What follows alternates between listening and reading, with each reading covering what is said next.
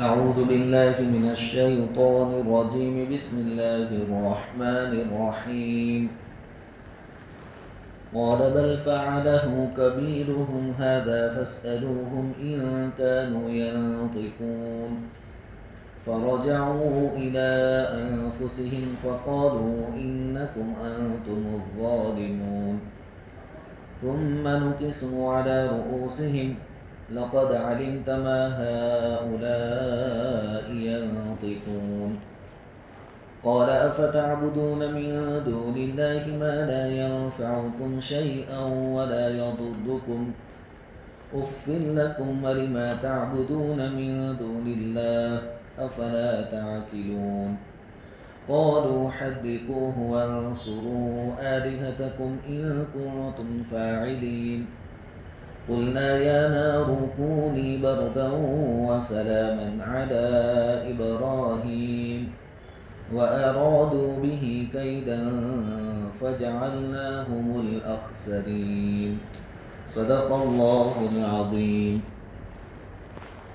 سورة الانبیاء آیت نمبر 63 سے 70 تک کی تلاوت ہوئی ہے. ان آیتوں کا ترجمہ یہ ہے کہ ابراہیم علیہ السلام نے کہا بلکہ ان کے اس بڑے نے ایسا کیا ہے تو ان سے پوچھ لو اگر یہ بولتے ہوں. پھر انہوں نے اپنے جی میں سوچا، پھر کہنے لگے کہ حقیقت میں تم ہی ناحق پر ہو. پھر اپنے سروں کو جھکا لیا اور کہا اے ابراہیم تم جانتے ہو کہ یہ بولتے نہیں ہیں. ابراہیم علیہ السلام نے کہا کیا تم اللہ کے سوا ایسی چیزوں کی عبادت کرتے ہو جو تم کو نہ فائدہ پہنچا سکے اور نہ نقصان؟ افسوس ہے تم پر اور ان چیزوں پر بھی جن کی تم اللہ کے سوا عبادت کرتے ہو. کیا تم سمجھتے نہیں؟ انہوں نے کہا کہ اس کو آگ میں جلا دو اور اپنے معبودوں کی مدد کرو اگر تم کو کچھ کرنا ہے. ہم نے کہا کہ آگ تو ابراہیم کے لیے ٹھنڈک اور سلامتی بن جا، اور انہوں نے اس کے ساتھ برائی کرنا چاہا تو ہم نے انہی لوگوں کو ناکام بنا دیا.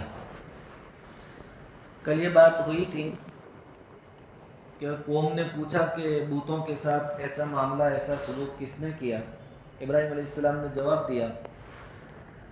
یہ آیت کریمہ دو طریقے سے پڑھ سکتے ہیں. قال بل فعل، یہاں آپ رک جاویں تو اس کا ایک مطلب یہ ہوگا کہ بھائی یہ بڑا ہے اسی نے کیا ہے اور جن کو توڑا ہے ان سے پوچھو. اور دوسرا مطلب یہ ہو سکتا ہے کہ ابراہیم علیہ السلام نے یوں کہا کہ جس نے بھی کیا ہوگا کیا، یعنی جو بھی کیا جس نے بھی کیا اچھا ہی کیا معبود کو توڑ کر. کبیرہم ھذا فاسألوہم ان کانوا ینطقون، اب وہ کس نے کیا، یہ بڑا بت ہے اس کو پوچھ لو کہ بھائی تجھے تو کوئی نقصان نہیں ہوا، تو صحیح سالم ہے، تو بتا کہ یہ سب کس نے کیا. ابراہیم علیہ السلام کو اللہ تعالیٰ نے حکمتوں سے نوازا تھا. یہ ایسی کنڈیشن اور پوزیشن تھی قوم کے لیے کہ ان کے پاس ان چیزوں کا کوئی جواب نہیں تھا. فرجعوا الی انفسہم، قوم نے اپنے جی میں سوچا، یعنی دل ہی دل میں کہنے لگے انکم انتم الظالمون، تم ہی ناحق پر ہو کہ تم نے ایسی چیزوں کو اپنا معبود بنایا ہے کہ ان کو کس نے مارا کس نے توڑا اس کا جواب بھی دے سکتے نہیں. ثم نکسوا علی رؤوسہم، پھر مارے شرم کے انہوں نے اپنی گردنیں جھکا لی کہ اب کریں تو کیا کریں. ابراہیم علیہ السلام نے جو داؤ سیٹ کیا تھا ان کا برابر فٹ. وہ جانتے ہیں کہ بت بولنے والے ہیں نہیں، اور اگر ہم یوں بولیں گے ابراہیم کے سامنے کہ بولتے نہیں ہیں تو ابراہیم علیہ السلام فوراً پھر اٹیک کریں گے کہ بولتے نہیں ہے تو معبود کیسے تمہارے. اور ایسا ہی ہوا، انہوں نے کہہ دیا چند لوگوں نے کہ ابراہیم یہ نہیں بولتے ہیں. لقد علمت ما هؤلاء ينطقون، ابراہیم تمہیں معلوم تو ہے کہ بولتے نہیں ہیں. اب ابراہیم علیہ السلام کی باری آئی جس کا ان کو انتظار تھا. قال افتعبدون من دون الله ما لا ينفعكم شيئا ولا يضركم، ابراہیم علیہ السلام نے کہا کہ کیا تم اللہ کو چھوڑ کر ایسی چیزوں کی پوجا کرتے ہو جو نہ تم کو کوئی نفع پہنچا سکتے ہیں نہ نقصان پہنچا سکتے. اف لکم ولما تعبدون من دون اللہ، افسوس ہے تم پر اور جن کو تم نے اپنا معبود بنایا ان پر بھی افسوس ہے۔ افلا تعقلون، کیا تم سمجھتے نہیں ہو؟ قوم بالکل لاجواب ہو گئی۔ ایسے اور بھی موقع آئے جہاں ابراہیم علیہ السلام نے مد مقابل کو بالکل خاموش کر دیا۔ یہیں سے جب قوم کے پاس کوئی جواب بن نہیں پڑا اور ابراہیم علیہ السلام کا قصور ثابت نہیں کر سکے تو پھر بغیر دلیل کے زور زبردستی کا معاملہ ہوتا ہے۔ اب کیا بات آئی؟ قَالُوا حَرِّقُوهُ وَانصُرُوا آلِهَتَكُمْ إِن كُنتُمْ فَاعِلِينَ، لوگوں نے کہا کہ اس کو آگ میں جلا دو اور اپنے معبودوں کی مدد کرو اگر تم کچھ کرنا چاہتے ہو۔ حالانکہ معبود ہوتا ہے عابد کی مدد کے لیے۔ معبود کو معبود کیوں مانتے ہیں؟ کہ وہ مدد کریں، اور یہاں یہ کیا کہہ رہے ہیں کہ اپنے معبودوں کی مدد کرو، یعنی عابد معبود کی مدد کریں۔ اب یہ معبود کیسے کہ جن کی مدد کرنی پڑے؟ یہ بھی سوچنے والی بات ہے۔ تب قوم جہالت پر اتر آئی، کوئی دلیل اب نہیں چاہیے، اب ایک ہی بات کہ اسی نے توڑا ہے اور اس کو آگ میں جلا دو، اپنے معبودوں کا بدلہ لو ان سے۔ دو موقع اور جہاں ابراہیم علیہ السلام نے لوگوں کو لاجواب کر دیا تھا۔ اچھا، یہاں سے ابراہیم علیہ السلام کو پکڑ کر پھر بادشاہ نمرود کے سامنے لے جایا گیا۔ ایک موقع وہاں آئے گا جہاں ابراہیم علیہ السلام نے بادشاہ کو بھی لاجواب کر دیا۔ یہاں قوم تو لاجواب ہو گئی۔ ابراہیم علیہ السلام کو نمرود کے سامنے لے جایا گیا۔ نمرود اس وقت کا بادشاہ تھا اور اس کا بھی خدائی کا دعویٰ تھا، اور وہ بھی زبردستی لوگوں کو اپنے سامنے سجدہ کرواتا تھا۔ جب شاہی دربار میں ابراہیم علیہ السلام پہنچے تو ابراہیم علیہ السلام نے سجدہ نہیں کیا۔ تو وزیروں نے نمرود سے کہا بادشاہ سے کہ بادشاہ سلامت، اس نوجوان نے آپ کے سامنے سجدہ نہیں کیا۔ نمرود نے پوچھا کیوں سجدہ نہیں کیا؟ ابراہیم علیہ السلام نے کہا کہ میں تجھے حاکم سمجھتا ہوں کہ تو بادشاہ ہے وقت کا، لیکن معبود نہیں ہے، تو رب نہیں ہے ہمارا۔ اور سجدہ کس کو ہوتا ہے؟ رب کو ہوتا ہے، معبود کو ہوتا ہے، حاکم کو سجدہ نہیں کرتے ہیں۔ تو نمرود نے کہا میں رب ہوں۔ ابراہیم علیہ السلام نے کہا تو رب نہیں ہے۔ تو پوچھا رب کون ہوتا ہے؟ نمرود نے پوچھا۔ تو پھر ابراہیم علیہ السلام نے کہا کہ رب تو وہ ہے جو جلاتا ہے اور مارتا ہے، زندگی دیتا ہے اور موت دیتا ہے۔ اب ایک کہاوت ہے، راجا واجا نے واندرا تونے سرکھا۔ جلاتا ہے اور مارتا ہے کا مطلب یہ ہوتا ہے کہ وہ پیدا بھی کرتا ہے اور وقت آنے پر موت دیتا ہے۔ اب یہ کیا سمجھا کہ جلاتا ہے اور مارتا ہے، یہ کام تو میں بھی کرتا ہوں۔ تو اس نے سب کے سامنے اپنے قید خانے میں سے 2 قیدیوں کو بلائے۔ اس میں ایک قصوروار تھا جس کا جرم ثابت ہو چکا تھا، اس کے لیے پھانسی کی سزا طے تھی، اور ایک بے قصور تھا، اس کی رہائی لکھ دی جا چکی تھی کہ اس کو چھوڑ دینا ہے۔ تو جو بے قصور تھا اس کو پھانسی پر لٹکا دیا، اور جو قصوروار تھا اس کو چھوڑ دیا، اور پھر کہنے لگا ابراہیم علیہ السلام سے کہ دیکھ، میں جس کو چاہوں جلاؤں اور جس کو چاہوں مار دوں۔ حالانکہ ابراہیم علیہ السلام ایسا کہنا نہیں مانتے۔ ابراہیم علیہ السلام تو بچے جو پیدا ہوتے ہیں اللہ تعالیٰ پیدا کرتے ہیں اس کی بات کر رہے تھے۔ ابراہیم علیہ السلام سمجھ گئے کہ عقل زیادہ ہے نہیں، بے قصور کو موت کی گھاٹ اتار دیا اور کہتا ہے دیکھو میں نے جس کو چاہا مار دیا، اور قصوروار کو چھوڑ دیا اور کہتا ہے کہ میں نے جس کو چاہا زندگی دے دی، تو میں رب ہوں، مجھے سجدہ کرو۔ ابراہیم علیہ السلام نے کہا دیکھ، معبود کون ہوتا ہے خبر؟ معبود وہ ہے جو مشرق سے سورج نکالتا ہے، مشرق سے۔ فَأْتِ بِهَا مِنَ الْمَغْرِبِ، اگر تو اپنی خدائی کے دعوے میں سچا ہے تو سورج کو مغرب سے نکال کے دکھا چاہ۔ اب کیا کرے؟ فَبُهِتَ الَّذِي كَفَرَ، قرآن کہتا ہے کہ کافر ہکا بکا رہ گیا کہ اس کا تو کوئی توڑ اپنے پاس نہیں۔ حالانکہ مبصرین نے لکھا ہے کہ اگر کچھ جہالت والے جواب دینا چاہتا تو دے سکتا تھا نمرود۔ وہ یوں کہہ دیتا کہ یہ جو مشرق سے سورج نکلتا ہے نا، میں نکالتا ہوں۔ ابراہیم تو اپنے رب کو بول کے مغرب سے نکالے، ایسا وہ کہہ سکتا تھا، اس کو تو دعویٰ ہی کرنا تھا۔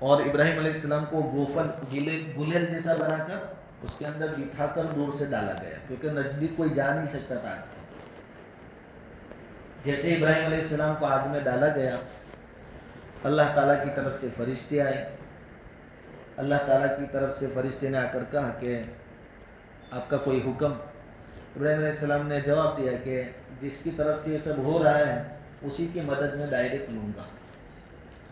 کوئی مدد چاہیے؟ فرشتے نے بات رکھی تو کہا نہیں، تمہاری نہیں، جس کی طرف سے ماحول بنا ہے اس کی مدد چاہیے، اللہ تعالیٰ کی مدد۔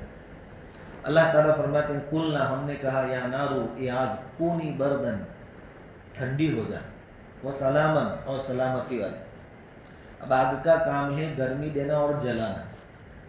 اللہ تعالیٰ کے حکم سے وہ آگ ٹھنڈک والی بن گئی۔ اور پھر ایک سوال یہ کہ بہت ٹھنڈی ہو تو بھی تکلیف ہو، تو اللہ تعالیٰ نے آگ سے یہ بھی کہا کہ سلامن، سلامتی والی، ٹھنڈک والی بننا، تاکہ ابراہیم علیہ السلام کو ٹھنڈی سے بھی تکلیف نہ ہو۔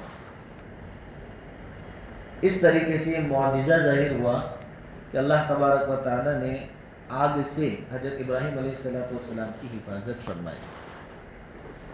آگ کا ٹھنڈا ہو جانا اور بھی کئی لوگوں کے ساتھ پیش آیا ہے ایسا واقعہ۔ اس امت کے کچھ افراد کے ساتھ بھی ایسے واقعات پیش آئے۔ نبی کریم صلی اللہ علیہ وسلم کا جب آخری زمانہ تھا، اسی وقت دو لوگوں نے اپنے نبی ہونے کا دعویٰ کیا تھا حضور کی موجودگی میں۔ ایک مسیلمہ کذاب تھا، یمامہ کا رہنے والا، اور دوسرا ایک تھا اسود انسی، یہ یمن کا رہنے والا تھا۔ یمن ہوا یہ تھا کہ حضور صلی اللہ علیہ وسلم نے جس صحابی رضی اللہ تعالیٰ عنہ کو یمن کا گورنر اور حاکم بنا کر بھیجا تھا، ان کا انتقال ہو گیا۔ مفتی تقی صاحب کی انعام الباری جو بخاری کی شرح، اس کے اندر یہ واقعہ اس طرح لکھتا ہے کہ وہ جو گورنر اور حاکم تھا حضور کی طرف سے اس کا انتقال ہو گیا، اور یہ اسود انسی جو ہے اس کے پاس دو جنات تھے، جنات تابع کیے تھے۔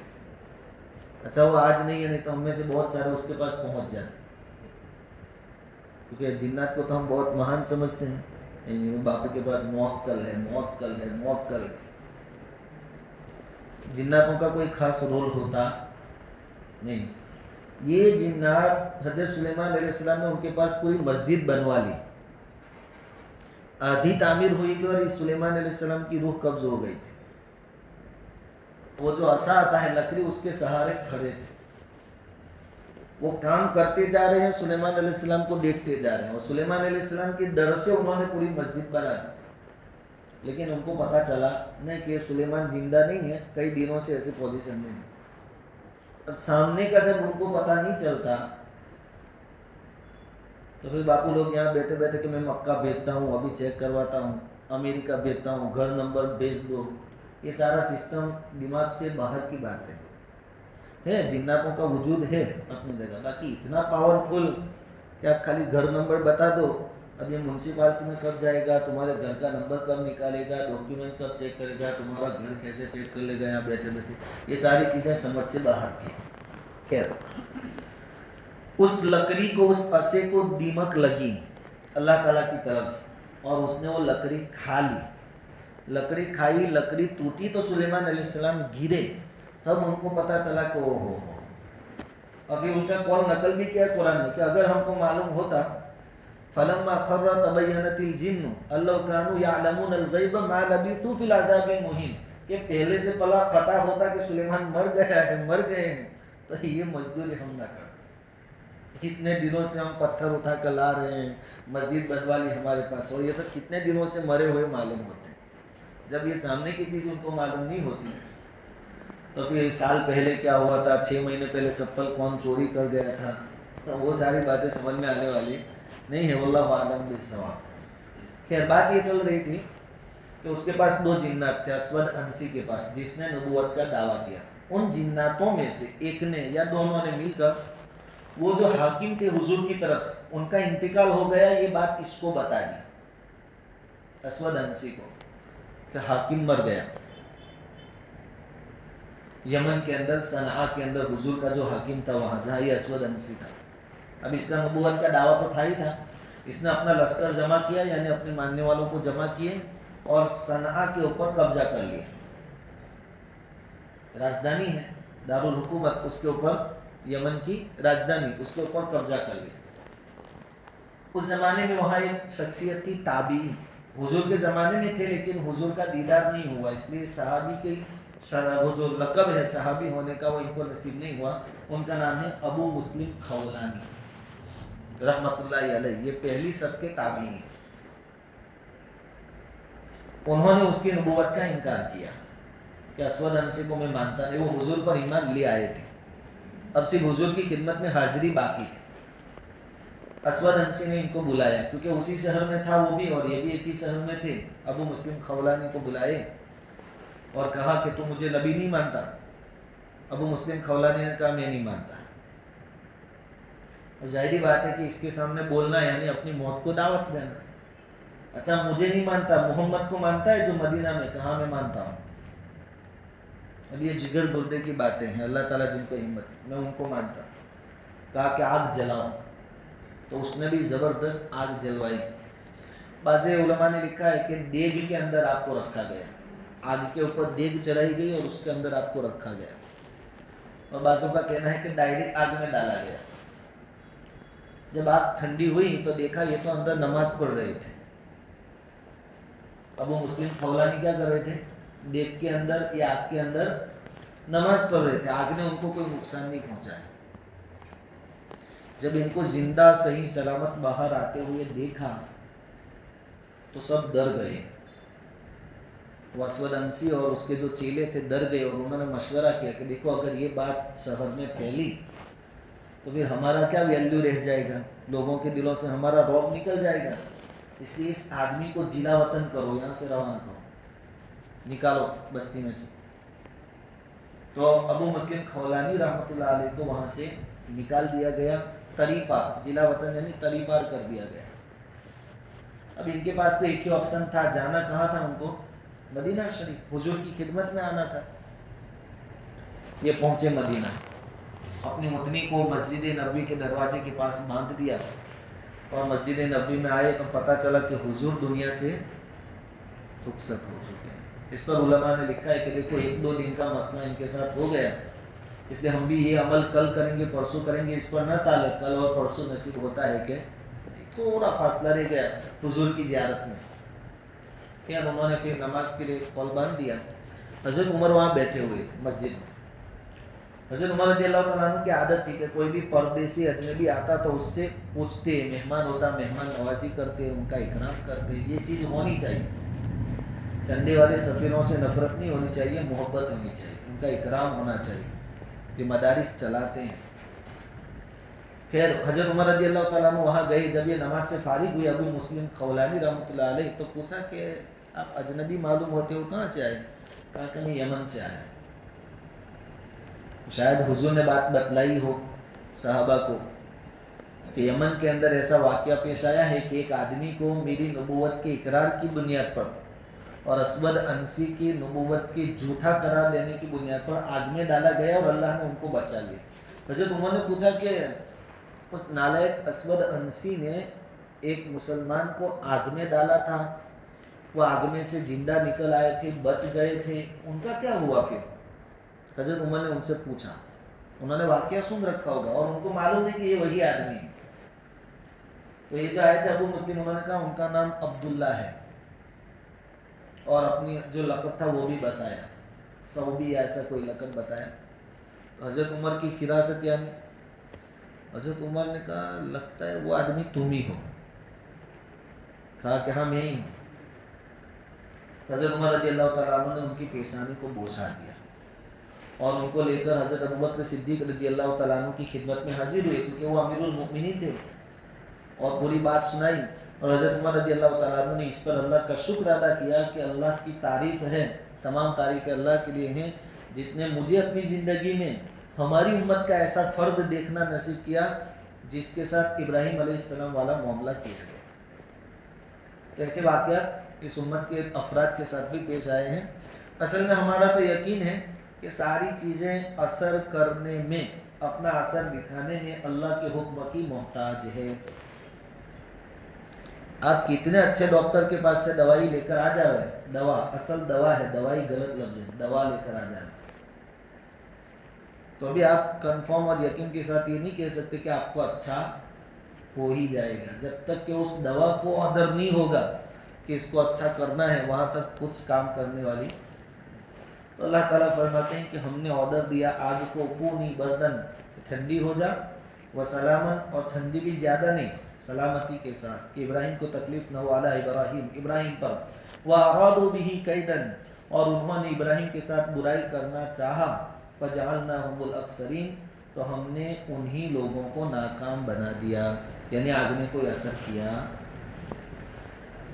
اس کو دیکھ کر کچھ لوگوں کو عبرت حاصل ہوئی اور ابراہیم علیہ السلام کی شخصیت کون ہے اس کا احساس ہوا، تو کچھ لوگ مسلمان بھی ہو گئے۔ پھر حالات اور سخت ہوئے، کیونکہ بادشاہ سے دشمنی، سرداروں سے دشمنی اچھی رہتی نہیں، وطن چھوڑنا پڑتا ہے، بستی چھوڑنی پڑتی ہے۔ تو پھر آگے ہم سنیں گے، بلکہ قرآن نے یہاں اس صورت میں تو واقعے کو ختم کر دیا ہے، لیکن کچھ تفصیل ہم سنیں گے۔ ابراہیم علیہ السلام نے پھر وہ بستی چھوڑ کر ہجرت فرمائی۔